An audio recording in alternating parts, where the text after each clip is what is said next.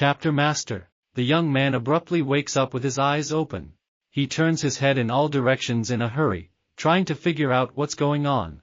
Is this just a dream? But it all seems so real. Bright sunny day. The kid shouts, "Mommy, I'm already at the 7th stage. Well done, young heir.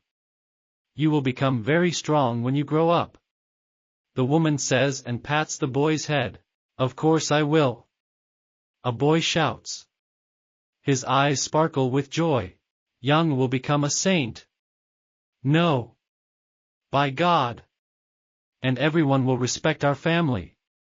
The kid continues to shout enthusiastically. His mother is standing in front of him, laughing. Stupid boy. Cemetery.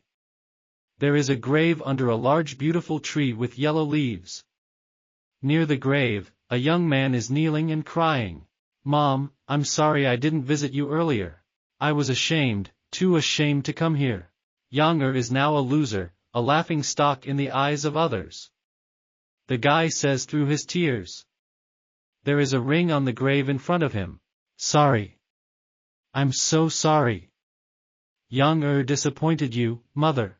I won't let the humiliation I experienced today happen again." He shouted. Suddenly, from somewhere above, an unknown voice says, "Fate decides how you will live this life. Kid, it looks like you need some help." What? Who said that? The guy couldn't figure out where the voice was coming from.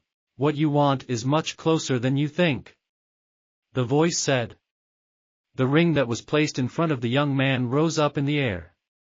An unknown voice was coming from it. "You?" The guy shouted. "Who are you? And what the hell are you doing inside my ring?" "Relax, I won't hurt you. After so many years, I finally found someone suitable," the ring said. "And by the way, thank you for supporting my doki all 3 years.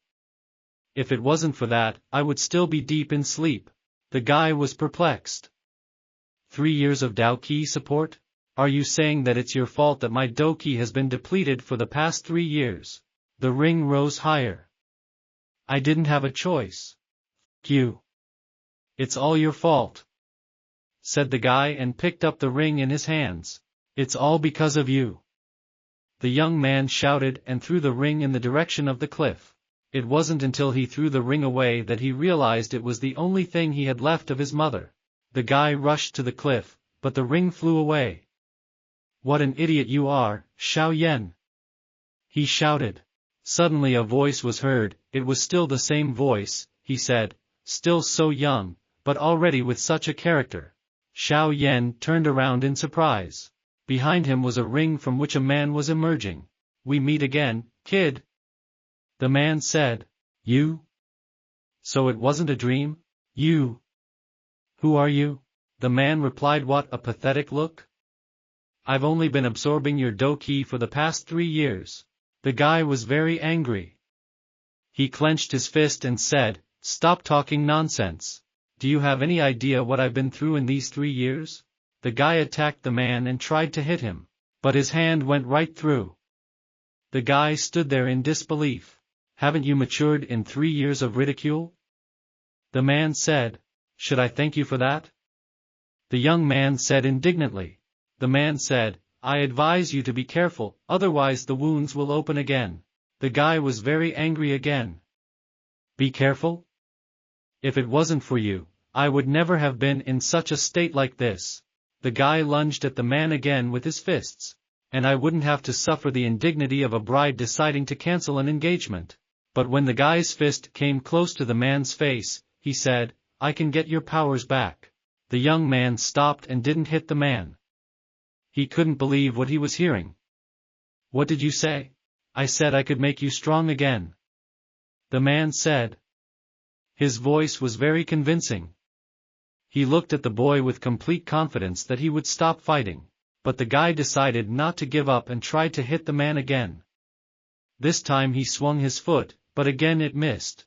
The man was very indignant at the guy's attempt to hit him. "Now I know why my doki disappeared. With my talent, do you think I need you?" They were standing side by side. The man said that this girl's talent, Nalan, is not inferior to yours. Defeating her in 3 years will be a serious challenge, as you know very well. Besides, you can't get rid of me that easily, so give up, kid. The man said, smiling. The guy thought about the man's words. After all, in the current issue, swearing will definitely not help him. Right now, the most important thing is to get your strength back. But it is very difficult to reach the 7th stage in 1 year. Chances are slim. The man stood nearby and waited for the guy to make up his mind. Any ideas? The guy asked, grinning. Maybe. Then tell me. But how do I know you're not lying to me? You little brat. If you need proof, here it is. With that, the man burst into a blue-white flame. A circle of fire appeared in his hand, but not the usual one, a bright blue color. The guy clutched his body with his hands and moved a little away from the man. Everything around was covered with this flame. What the? Even though it's a fire, it's cold. This flame. It's not some kind of fire, it's the essence of a flame. The man answered. The man flew up from the ground, surrounded by this strange fire. All lights bend in the presence of the flame essence. The guy looked at what was happening in surprise and could not believe his eyes. The fire around the flame essence is bowing down to it, a huge power. It's a flame symbol. All the fire around serves him. After saying that, the man absorbed all the flames with his hand. When the flames were gone, the guy and the man were standing side by side, scorched footprints left on the grass below them. Are you sure of my abilities, kid? If you help me overcome the 7th stage of training, I will forget everything that happened during these 3 years.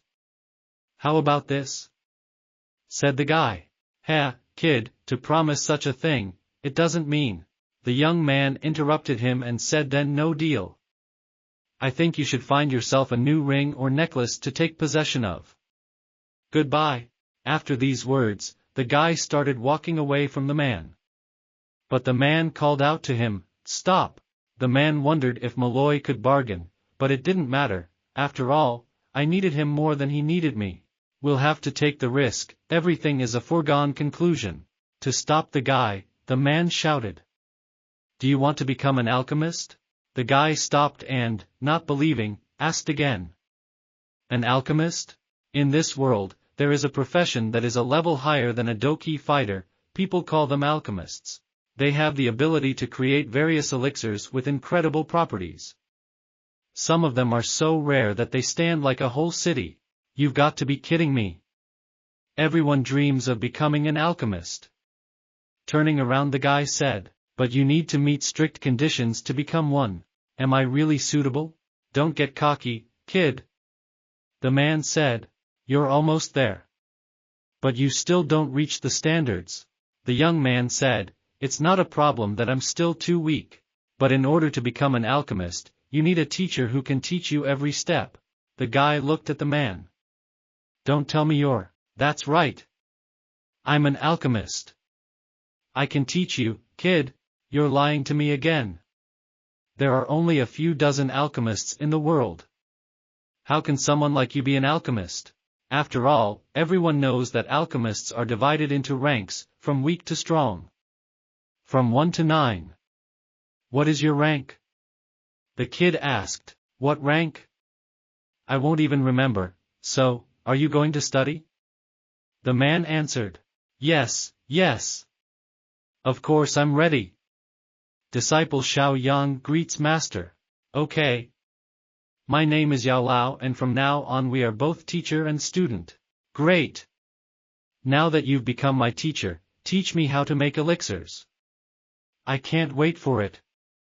The guy said, even if I wanted to teach you, I couldn't. To become an alchemist, you need to learn how to control fire. To become an alchemist, you at least need to become a doja and have a fire-type doki ability. The boy looked at his teacher in a daze. An ability, of the fire type. Doki's abilities are divided into 4 classes, Tian, Di, Shuang, and Huang. Tian is the strongest of them. The guy laughed and told the man to give him the Tian ability to try it out. For this, he received a slap on the back of the head from the teacher. Do you think they grow on trees? The man was indignant. Rubbing the back of his head, the guy started to get indignant. You don't teach me how to make elixirs or give me abilities. You old miser. The teacher turned away.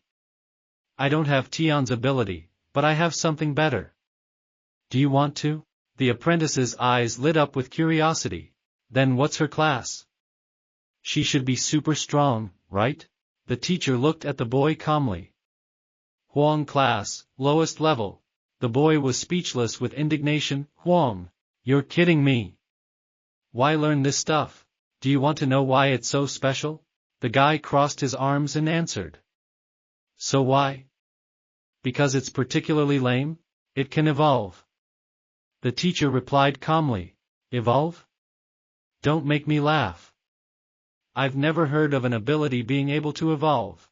Oh boy, the world is full of strange and unusual things. Did you learn it? Don't tee. Did anyone ever learn it? Don't tee. The boy took a deep breath and screamed. Damn liar. No, kid, every word I say is true, but abilities don't matter right now. Your first task is to buy everything on this list, the man said as he held out a piece of paper with a list of things on it. What is it? These things. Are you kidding me? The student shouted, peering at the list.